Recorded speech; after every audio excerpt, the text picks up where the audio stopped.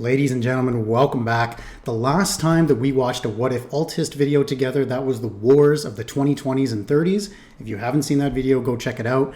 But since then, that was about 3 weeks ago, if I remember correctly, Whatifalthist has gotten into some interesting interactions online.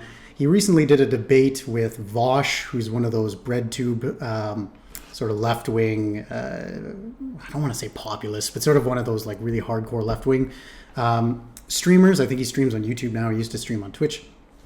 But he got into a debate with him, and I watched about 20 minutes of it. It's about an hour and a half long, and it was, it was not very good for Whatifalthist. So I'm going to hold all my thoughts for that because maybe you guys are interested in me sort of, I would not sit here for an hour and a half and watch the whole thing, but I might actually edit it, do something like this. So if you guys are interested in that, let me know. But Whatifalthist has released a new video. It's on, I think it's like 10 questions that no society can ask or something like this. I checked it out. Not really my realm of expertise. So I wanted to watch this one called Why is the World Crazy Now? Which is what was recommended by you guys. It was made about a year ago. So there's obviously going to be some changes, particularly with COVID. And now we have a year of hindsight, right? Obviously the Ukraine conflict is still going on as of recording this. So that is also something that I'm sure might even play a part where he says, you know, looking at the wars that might occur. Now, some of you also might be wondering, wait, VideoLife, I watched your video on Sunday. You had longer hair. You had no facial hair. What's going on? If you want the answer to that question, join the Discord because that's where I do all my announcements. That's where you can stay the most up to date. You can talk to me and everything like this.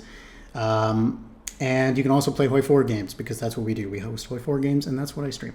So join the Discord if you want the most up-to-date information. This intro is way too long already. So I'm going to shut up now. Let's get into the video. Why is the world crazy now by Whatifalthist. The world has gone insane. Even if that's not what you've said, it's definitely what you've thought. There's a global pandemic. Right-wing populism is sweeping the West, and totalitarianism is spreading across much of the rest. The US and China, after being adequate partners for so long, are now butting heads by every single metric.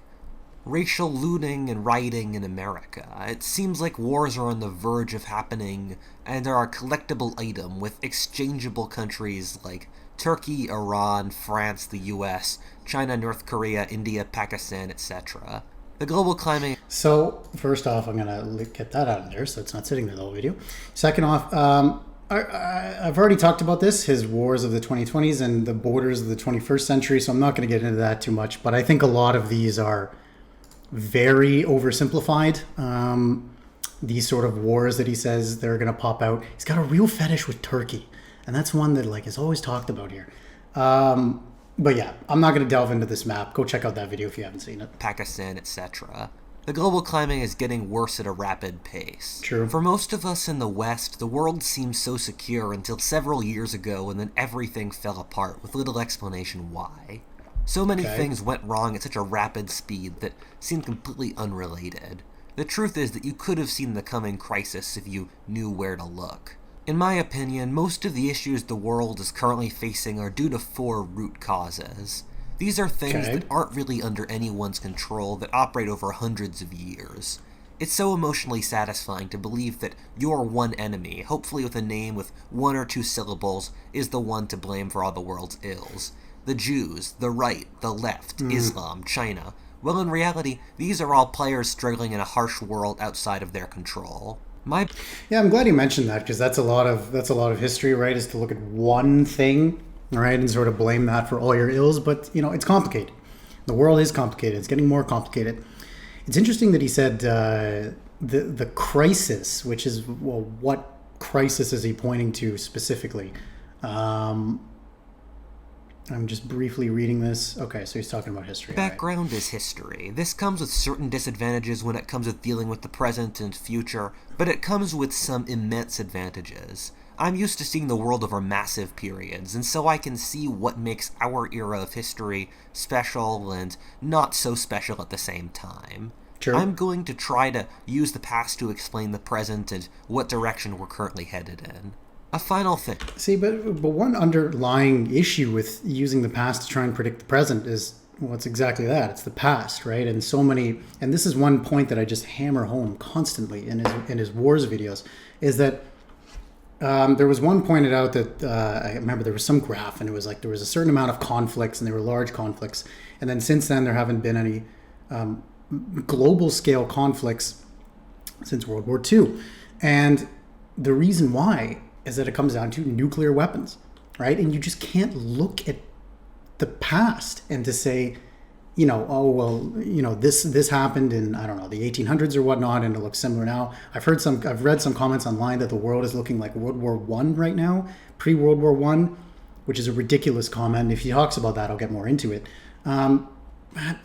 Okay, we'll go along with his underlying thesis, but there is just like inherently within that presumption, there's problems to it. And as he just mentioned in the screen before, right, it's the same thing with taking a technological view, an economic view, a scientific view, blah, blah, blah. So, but anyways. You might think these 4 constellations of reasons makes our era of history special. It doesn't. There are normally many causes for any single thing. Cool. With that done, let's move ahead. Cool.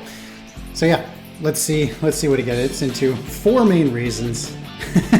I vomit my book list at you. Before we start, if you're getting tired of how crazy this world is, try to escape to one with even more bloodshed and horrors.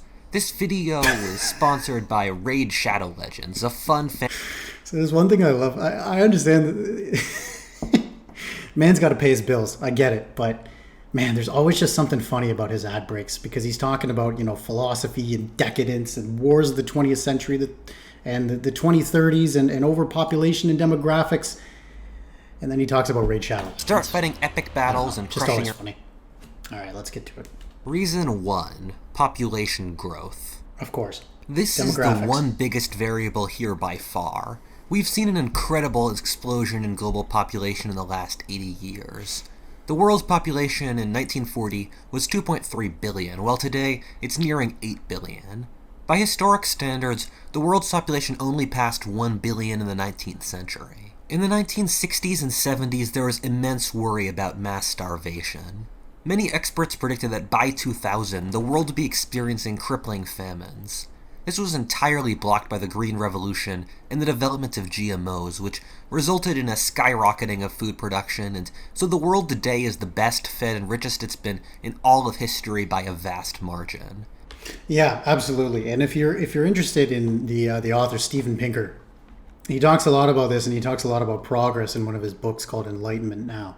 I'm sure he'll talk more about this, so I'll keep it quick. But the world, in every single metric, nearly every single metric, has gotten better when you look at it from a macro scale, right? Since the Enlightenment, 90% of people were in abject poverty. Now it's less than 10%. Since 1990, world hunger has halved, right? Halved. That's just insane. The amount of people that are living on $1 a day has also more than halved since 1990. Right? I was born in 1995, so within my lifetime, world hunger has halved. World poverty has halved. So, when you look at violent crimes too, violence has gone down significantly since the turn of the century and since even the 1990s, right? Since the 1980s. So everything has been going down when you look at it from a macro standpoint. But when you look at it, there's all sorts of biases that we look at, including availability bias, which is to say we look at the most recent event and we say, oh, well, the world's getting worse, right? We look at the Ukrainian-Russian conflict, and although that is a terrible, terrible conflict that continues now, and it is a terrible thing, please don't get me wrong. When you look at it from a 3-decade point of view, you say, well, look, violence and wars have actually continued to go downwards. This has been the greatest miracle in human history, feeding 4 times the population in a couple decades. It would be easy to say the population growth had no effect. As a counterpoint, let me bring up the 1968 novel Stand on Zanzibar by John Brunner, which is a sci-fi novel about what the world would be like in 2010 if it had 7 billion people, as it actually did have. Although we got some things wrong, in this book, America has its first African-American president, President Abomi, with the Soviet Union having also collapsed. Come on, really? China replaces it as America's main rival, and class divisions have grown incredibly in America. He also predicted mass shootings, political polarization, powerful multinational companies, dance raves, headphones, video calls, acceptance of bisexuality, and same-sex marriage. What I'm trying to say is that you could have figured out a lot of the present by seeing what effects population growth has in societies. The historian David Scher put forth a brilliant theory in his book The Great Wave, which is about 4 cycles of population growth over 1,000 years of Western European history. One of these was in the High Middle Ages, another in the 16th and 17th centuries, another the late 18th century, and the final one starting in the 20th century. In each of these cycles, as the population went up, you see the same repeating effects in the societies involved. The big variable is that as population goes up, so does competition for resources. The standard of living for the working man goes down. The difference is, though, is that the resources, again, and this is what's annoying, it's just the 20th century and the 18th century are so different, right? And so I know economists, they talk a lot about this. They talk a lot about resource competition, and that's the reason why, wars are fought. I remember reading somewhere that the reason why World War II was fought was purely over resources. It was just resources. It was just Lebensraum, and that was everything. But that obviously ignores everything else about the ideology of Adolf Hitler, and that's a whole other video discussion. But you just can't compare it. It's like the price of grain in Western Europe. Right now, we're also seeing a high price in grain because of the Ukrainian-Russian crisis, but I don't think it's going to lead to the same destabilization. It will lead to some destabilization, yes. However, the economies that we have now, especially between free trade, globalism, everything like this, it's just not the same between these two. But I could be wrong. I'm not an economist. I'm just some guy. As no government is willing to tell its citizens that they will live worse lives than their parents, every government inflates their currency as much as possible. The economy needs to grow as fast as possible, or everyone individually gets poorer. Inflation always tends to help the wealthy and connected, whose amount of capital allows them to invest in various endeavors, and the amount of their income gives them a buffer. Meanwhile, it erases the smaller wages of the working and middle classes, which creates larger class differences. As the class differences grow and people intuitively realize that the pie is shrinking, the upper classes use corruption and their influence with the powerful to protect their privileges, and politics becomes more corrupt. Real estate prices skyrocket as people invest in real things that won't decline in value over time, like money. But then that's the thing, though, is that if people are getting poorer, how are real estate prices increasing? Yes, there is real estate, man. I don't want to get too into this because this is a whole video in and of itself again, but real estate market is a large issue in North America right now, especially in Canada. And there's just so many factors to it. But one thing that came down to was these economic policies that, yes, inflation plays a large part into it, right? The amount of printing money and cheap and low interest rates, especially during COVID, has exacerbated this issue. So I don't really know where I sit in terms of opinion for these sort of economic policies and whatnot, but I think he's making a very interesting point. Though it is important to sort of say that, look, here's the different circumstances now. But, population becomes more desperate, politics becomes more extreme and partisan as centrist candidates aren't solving anything. Traditional culture stops making sense, and so people start to go with more emotional and generally negative cultural and philosophic movements. Sorry, I have to look at this for a sec. Again, the classic one here is is correlation does not equal or causation. Right, so the first thing I see when I look at, and maybe this is true, right? Okay, it peaked with medieval price revolution, but from what I know about the Salem witch trials, is that it's way more complicated than that, right? However, there's also, my favorite graph ever is, I think it's something like the American divorce rate in Nick Cage movies, right? They're almost a 1-to-1 correlation. So, okay, let's take this. Always take graphs like this with a grain of salt, people. If there's one thing I learned from the economics courses that I took in university, it's always take these graphs with a grain of salt. As the population and thus the governments get more desperate, wars become endemic as governments try to break the rules of the peaceful international order in order to hedge it in their favor. The whole system collapses with some spectacular horrors, which lowers the population and breaks the previous social and administrative system. This has come in the form of the Black Death, the crisis of the 17th century, the Napoleonic Wars, and whatever is occurring in the present. In general, it's not often an issue with actual population. If resources were adequately spread, the world would easily have enough resources, but society, class, government, etc. all manage things in manners that are often far from efficient. For example, 17th century Spain could have dealt with its massive poverty and homelessness by exporting its population to the lightly settled colonies in America, but that went against too many vested interests. What happens most of the time is the previous administrative elite is wiped out and a new, more efficient system replaces it after much bloodshed. This occurred with the Renaissance, in the Age of Exploration, the Enlightenment and Scientific Revolution, and the rise of liberalism and the Industrial Revolution respectively.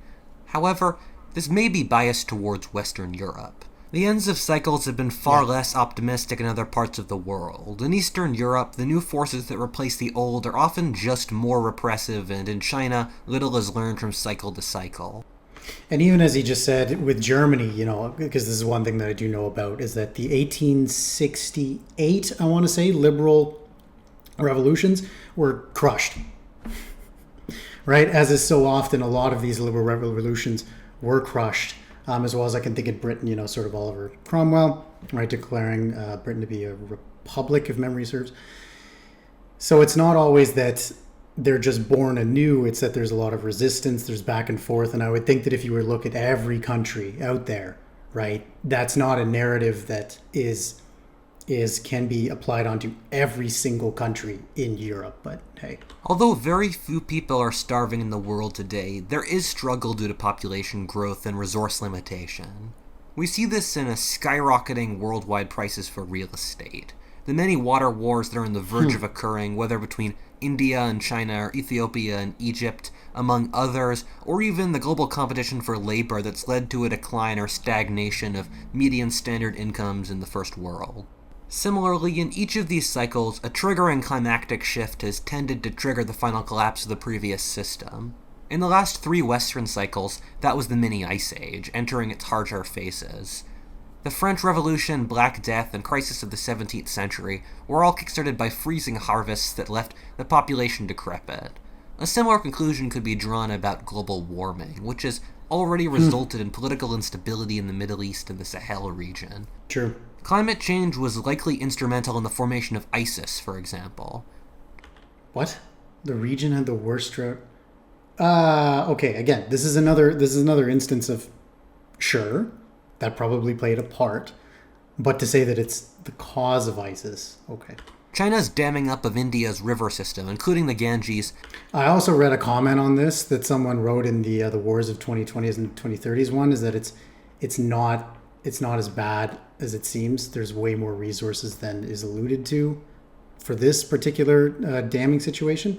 But between Turkey and Ethiopia, I'm not as sure on that one. Makes climate-caused wars looking especially unpromising in the near future. Another important thing to consider is that a reason the Middle East has been so crazy is that this region has seen some of the greatest population growth in history, while the economy hasn't been able to keep up, which... But again, it also comes down to the political structures that exist within this and just the crazy amount of tribalism. Tribalism's everywhere, don't get me wrong, but the amount of tribalism that exists in the Middle East too. You also need to consider what has happened to the Middle East, and Whatifalthist should really know this, particularly after World War I, and how the Middle East was just divided among random lines in the sand that had nothing to do with ethnic homogeneity. Sorry if I'm mispronouncing that, and other sorts of things like this. So, yeah, okay, but that's from the 1990s, and you can't just look at population growth. There's multiple other factors, right, that Whatifalthist should be looking at for his own history that has led, to the sort of issues that the Middle East has now. Creates a large disaffected young population, which just generates instability. Africa, which is currently going through a similar process but a few decades later, will likely have a series of horrifying conflicts in the near future. I really didn't do this topic justice. There's so much to talk about when it comes to population and why the modern world is the way it is, and what direction that's going in. I wanted to get more descriptive at how the cycle is related to the present and the enormous effect aging is going to be having on politics in the future, but alas, I need to keep this video a watchable length. Reason 2. The decline of traditional religion. Oh, here we go. Humans have to believe in something. Purpose is what gives our often unpleasant and miserable lives reason to keep going. For much of the last 2,000 years or so, much of this purpose came in the form of the traditional religions like Christianity, Islam, Buddhism, etc. However, partially due to technological Judaism. progress, the world wars, and conscious suicide on the part of the intellectual classes, belief in the traditional religions has been getting weaker, which has created an immense power vacuum inside people's hearts. Every different region in the world is having a different ideological struggle, and it's way too complicated to get into every local variation. But for a brief overview, East Asia is in general having an ideological vacuum. The Chinese Communist Party is trying to fill this by artificially creating its own ideology out of various bits pulled from Chinese history, combined with loyalty to them. In the Middle East, we're seeing genuine religious wars, as Islam is unable to come to terms with being outpaced by its older brother Christianity, and the need to basically reform or die. In Europe, this comes mostly in the form of an attack upon the dominant ideology among the elites of welfarism, a term I invented, which basically holds that providing the least hardship to the population is the best policy, and social justice, which needs no explanation, both which are unable to survive in a world with greater competition, and that these ideas were founded upon the presuppositions of security and wealth. This attack has been mostly done by the traditional right, whose value system is deeply unclear but not explicitly Christian. In the United States, where welfarism and social justice never took hold entirely among the elite, they are locked into a spiral with the previous ideologies of Christianity and liberalism. It's easy to underestimate the importance of this struggle, but it effectively takes on every aspect of American culture, with effectively every topic or possible government policy becoming a new front in the culture war. So this is, again, another whole video in and of itself. But one thing, do I even want to talk about this? No, not really. But one thing that I think that's important to tell is the amount of information that we're succumbed to, and social media, I think, is one of the biggest key factors of how this culture war has sort of taken place and how this culture war continues. Because this is just from my own personal experience, so of course this is not representative of everything. It's just an anecdote which has no, empirical value. Whenever you argue with people on the internet, you get into stupid things that everyone's been in before. If you ever talk to people in real life, I have never, knock on wood, I have never gotten into the same types of arguments that you would with another human being in real life that you do on the internet. And obviously this is not true for everyone, of course, right? But I'm just talking about from my own experience. And I think that social media, and in particular, the sort of Facebook, Twitter, my God, Twitter, Reddit, and other sorts of things like this, it just creates these echo chambers. And obviously everyone's heard these points, but I really think that is what is one of the worst causes of political divisiveness today. Make no mistake, these various struggles amount to religious wars. No, they don't. Even if those involved avow with their words that they're atheists or agnostics, they act with religious devotion and treat the morality of their actions and the destiny of their success with religious fanaticism. Stuff like the dialectic of history or the moral arc of history are basically acts of faith, and in my book, if a cat doesn't say it's a cat, but looks and acts like a cat, it's a cat. This happened before in Eurasia from around 500 BC to 300 AD, when you saw a growing agnosticism and irreligion, while new religions developed that could fill the void. Once you saw Buddhism, Christianity, Hinduism, Islam, etc. develop, the world fell back to its average state of deep Zoroaster religiosity. Take his word for it. What people don't talk about is that there were cults and belief structures that failed and collapsed before those that succeeded showed up. Legalism, the cult of Isis, my buddies Mithraism and Stoicism, Neoplatonism and Manichaeism. Oh my God, he's a Stoic. Oh, that just dawned on me. Whatifalthist is a Stoic. Okay, sorry. That was my own reservation. Part of that makes a lot of sense, actually. I think most of the ideologies that we're dealing with now are going to fall into that category. The main issue is that with the collapse of not... See, but here's the other issue, too, is that, that is just such an American perspective, right? As a Canadian, and I think he is Canadian, right? Maybe he's half Canadian, I don't know. But there's just two choices here, right? There's like in Germany, I'll use Germany as an example because it has more parties than Canada. You have the FDP, the Greens, CDU, SPD, right? Die Linke, AfD, everything like this. And you have all these different sorts of ideologies, right? And they all sort of play along each other and they have different ideas and there's different political parties. But in America, you just look at two, right? And so obviously there's more division here because you just got two bloody choices. It's one or the other. So to say that like that, these sort of ideologies, if he's talking specifically about America, sure. But to say that these are going to be, they're religions in and of themselves, I as a Canadian, I have never had an experience where someone is like, yes, the Conservative Party of Canada is my religion, right? Or someone that acts in the way that the Liberal Party or the NDP, well, the NDP is a little different, but I'm just joking, NDP supporters. But I've never met someone that's quite like that. Again, anecdotal, my experience. But I think that that's a relatively, clear assumption that one can make. This video is going to be so long. Oh my God. Dealing with now are going to fall into that category. The main issue is that with the And if you're still here, thank you. I appreciate you for watching this far. Collapse of Nazism and communism, with liberal capitalism's weaknesses having been painfully shown, while social justice is such an orchid, there really isn't much to believe in. This will likely be reconciled by a wave of new religions in the near future. The issue... Again, first off, maybe I missed something, but what are you talking about? To be very clear on this, human beings do not need religion to believe in something. That's quite obvious. I mean, if you look at something like, let's take humanism, if you will, if you want to call it an ism. For example, the United Nations, UNICEF, even something like, I don't know, Doctors Without Borders, any of the Red Cross, any of these international organizations, they have belief structures, right? The UN Progress Goals for Humanity, the 20 Progress Goals, so I'm sorry if I'm getting the title right.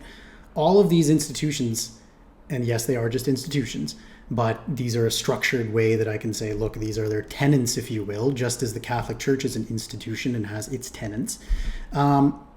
They all have these belief structures that are not founded on religion, right? And you can have these sorts of beliefs in humanism, if you will, even though I don't like that term.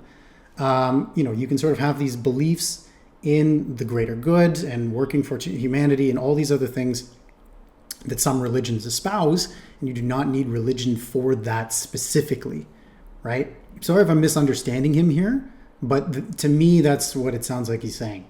Most of the recent ideologies, with Marxism or Nazism as prime examples of this, Nazism is not whatever. The desire to put humanity's desires as the guiding hand of morality, and an inability to understand the limits of human nature.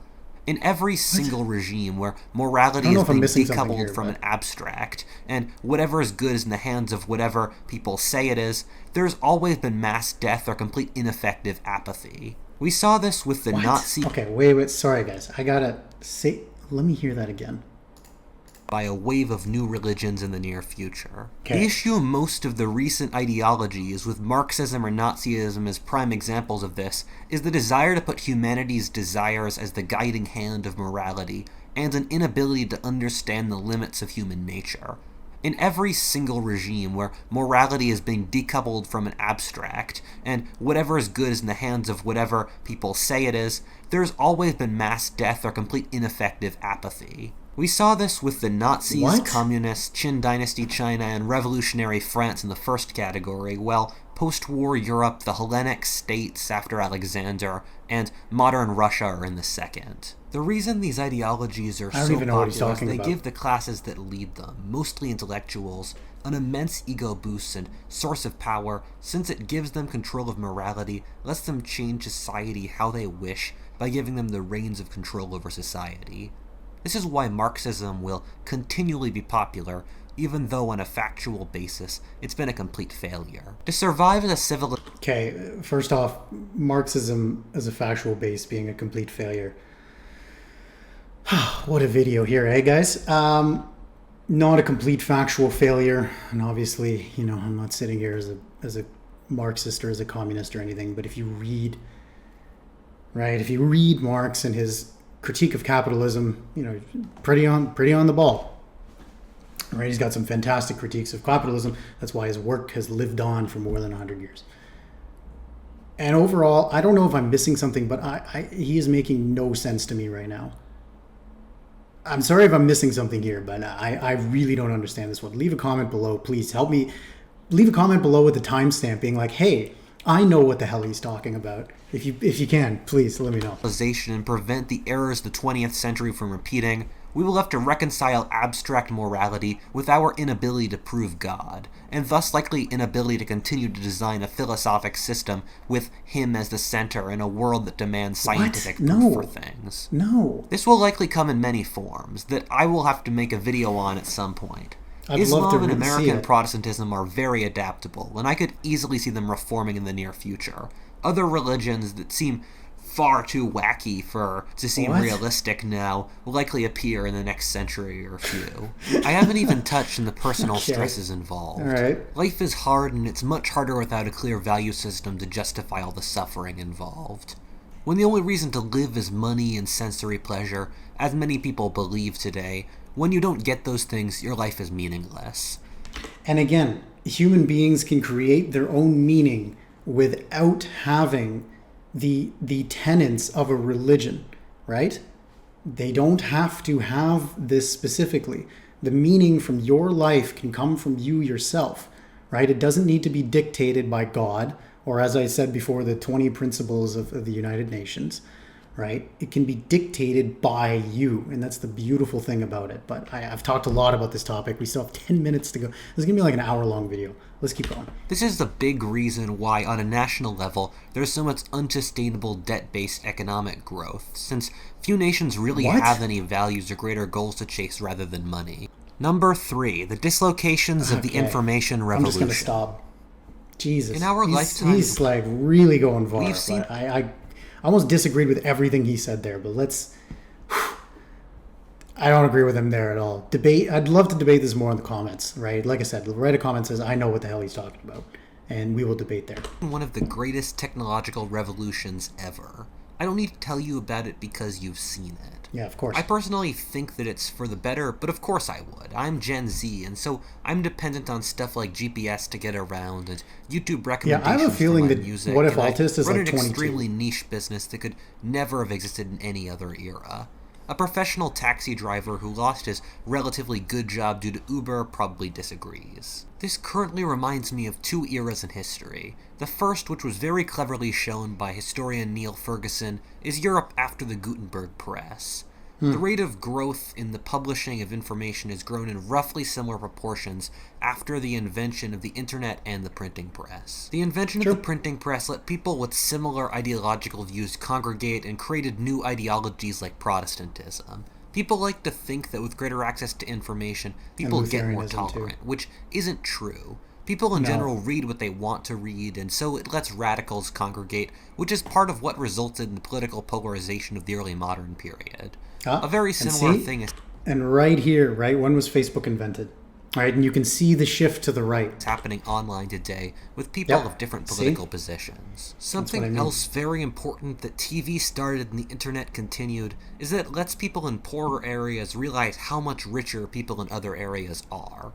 It used to be that an African peasant would never know how much poorer they were than an average European, or an inhabitant of Rust Belt, Michigan versus Beverly Hills, but now those differences are being rubbed in, creating an unbelievable amount of envy and anger. But again, something like that would have been discovered from periodicals, journals, newspapers, everything like this. So, but okay, fair enough. However, the internet isn't just online. It's affected our physical lives quite a bit at the same time. For example, the advances in robotics have laid off many blue-collar workers. This has created immense social instability. I'm not so worried about this trend lasting much longer. As long as machines would start to replace the jobs of the wealthy and powerful, they will become taboo. I can't see machines replacing lawyers as long as the lawyers write the laws. Also... See, the thing, though, is that it's not that it's not that AIs replace the lawyers, it's that AI replaced the law clerks, all right? And... Andrew Yang talks about this in his presidential run in 2020. But the trucking industry, right? It's something I have a lot of worry about. I have a big worry about AI, and I don't know how much of that is founded just sort of in general paranoia, or if there is something really to worry about. But let's keep going. Blue-collar human voters have votes. Machines don't. Even the most authoritarian regimes know that a lazy, purposeless, and unemployed population is the worst recipe for social instability. Similarly, machines have broken social ties. I've always lived in the age of technology, but I've gained the impression that social bonds were stronger and more easily manageable before technology. This is backed up by evidence as attendance of all sorts of social groups has declined. We've tried to replace actual social groups with online ones like Facebook, Twitter, or the like. This ignores that humans are inherently social animals, and we've evolved our social functions over millions of years, and so just transplanting one form of social organization completely different from the physical gives few of the same benefits. When you're texting a friend, your brain thinks you're staring at a screen, not talking to a friend. We've all been through quarantine. We all know this is true. Since humans are inherently social creatures, this has created an epidemic of loneliness around the world and anxiety as people lose social networks that would provide them support. I get the impression from my travels and conversations that this varies around the world, with generally the areas that are still trying to compete in the global economy, like East Asia and North America, having this the worst. We see evidence of this all over our culture, between incels, the Japanese shut-ins. Most of our music has a generally depressed, lonely vibe now, in so many there was a fascinating study done between songs in major keys and minor keys. For those who don't know, a major key generally sounds happier, minor key generally sounds sadder. Now, during times of sort of not economic unrest, I want to say, but certain periods, like bad times, if you will, right? Especially after 2008, there were more songs in the top 100 that had a minor key than a major key, right? Don't know exactly what my point is, but I thought that was kind of cool that he brought up the sort of music specifically, and there actually is some evidence to suggest that. TV shows at the power of friendship. This is one of those variables that's almost certainly important, but it's impossible to quantify. When an emotion carries millions of enough people, it generally results in greater social irrationality and desperation. We will almost certainly develop ways to deal with this in the near future, as future generations will become so integrated into technology as to know its limits when applied to human society. Yeah. Part 4, the decline of West... Yeah, for that totally agree with him. Totally agree in terms of information technology. Let's end it here with a political one. Western power. I don't know why it's controversial to say the West has been in decline. It's been true by nearly every metric. 100 years ago, the West controlled nearly all the world, was nearly all the world's economy, and was centuries ahead of anyone else developmentally.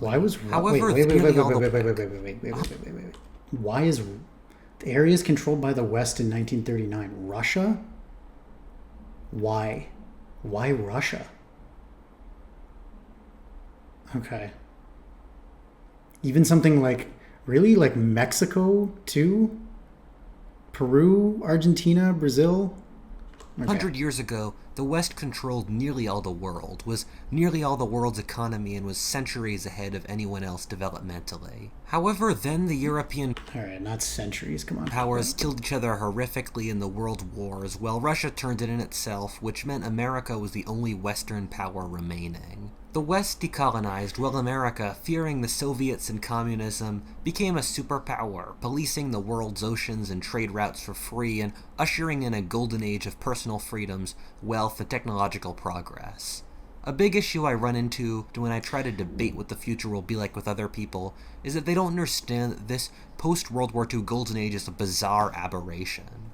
One of the strangest tropes I've found while traveling is the anti-American who's dressed in jeans, listens to American music, criticizes America with phrases invented by American academics, while their country is independent due to America, and often the social system they advocate cannot exist without the American strategic umbrella. However, so I'm currently, as some of you might know, as all of you know, I'm Canadian, but I'm currently in Austria studying for my master's, and I've gotten into one or two debates with people on this that sort of like dunk on America especially culturally, saying that America has no culture and all this stuff. Meanwhile, their favorite show is the Housewives of Beverly Hills. Their favorite artist is Katy Perry. One of their favorite foods is hamburgers, right? And like just all these things are really surface level stuff, right? But even the fact that one time I remember I was having one of these debates and I pointed out, I said, "Person, what language are we speaking right now?" Right? We're speaking English, and obviously, though, that's not an American invention. Right? The fact that we weren't speaking her native language, which was a European language, and it wasn't German. Also, would have had the conversation in German. Sort of goes to show. And obviously language is much more fluid than this. But in terms of American cultural dominance, that is something that I completely agree with, especially in a post-World War II. However, after the fall of the Soviet Union, there was no international threat to the United States, and ironically enough, the American-led international order resulted in the creation of China, a state that could rival America. Although the US has many advantages over China, you just can't get over the fact that in a war, America would have to kill 4 Chinese for every American to stay even. Numbers which you... And again, wars are not fought on attrition, though, as we're finding out. Rarely see in the history of war between countries with rough technological parity.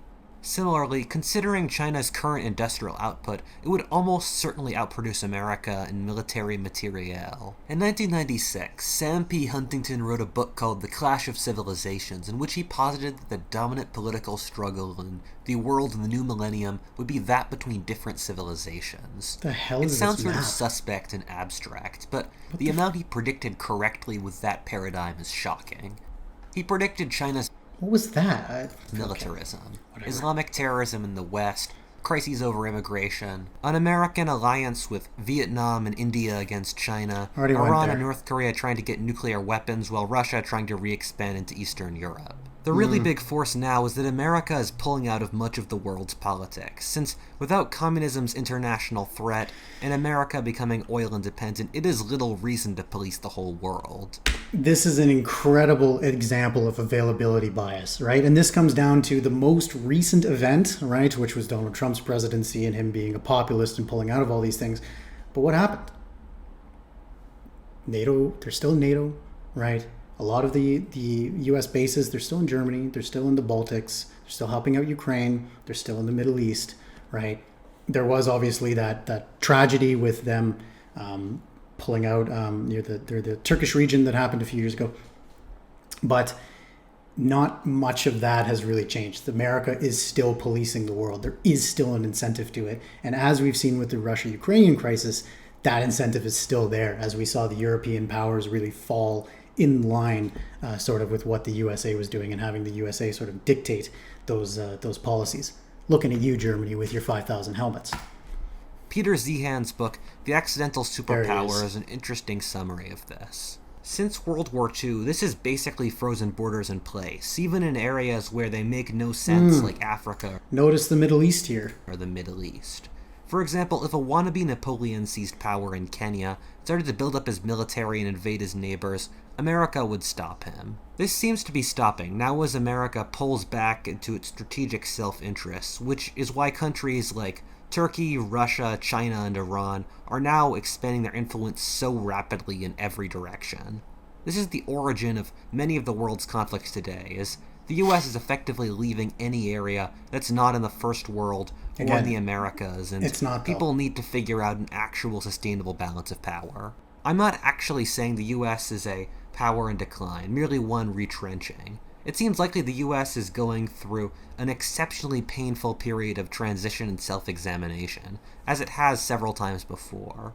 By looking at its position in the world economy, demographics, and technological and social power, the US has been easily holding ground. No matter what, the United States will continue to be an exceptionally powerful country, and a great deal of its power abroad will be determined by America's willingness to go abroad. In summary, a lot of things are causing the current issues. I haven't really given any of these topics any justice, and this really would fit a book format better than a 20-minute True. video. Absolutely. However, this is what we have. Coronavirus itself is likely a function of population growth, and that Populations that What? grow into the wild encounter wild species that transmit diseases to humans. Such has This always been the occurred with case, though. Ebola, the Black Death, Spanish influenza, among others. Globalization, caused by the American strategic umbrella and population growth, which created unhygienic slums around the world, exacerbated the disease. All of the issues involved have been accentuated by coronavirus. But then also, during the Black Death, it was even worse, right?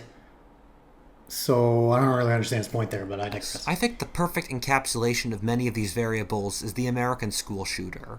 School shootings started due to the decline in American industrial jobs. It started as a function of greater international competition that was caused in large part by population growth, while at the same time not having What? any ideology to justify their economic failures, while not having a social network that would support them in their psychological struggles, while the media makes them famous due to the information revolution that is a that big just one. provokes more of them. That's a You can't big one. just blame guns. Americans have always had a lot of them. School shootings are just in the last 40 years. Well, that's it. If you like that... Wow, that was a hell of an argument. So, first off, yeah, okay, and this is what Whatifalthist does really well. He makes a point. Then some of the evidence he has to back it up is mostly true, right? But then it's ultimately like, yes, but, right? He's very good at those. Yes, kinda. And so to say that the American school shooter, right? Although some of his points were correct there, including media sensationalism, thank you, and lack of psychological care and everything like this, it's just so much of a complicated issue, right? You can't just say, well, it's these four things, right? They all play an intricate role, but I don't think like that American manufacturing jobs have a role in it. But hey, this video is long enough. I'm sure there's going to be a very lively comment section.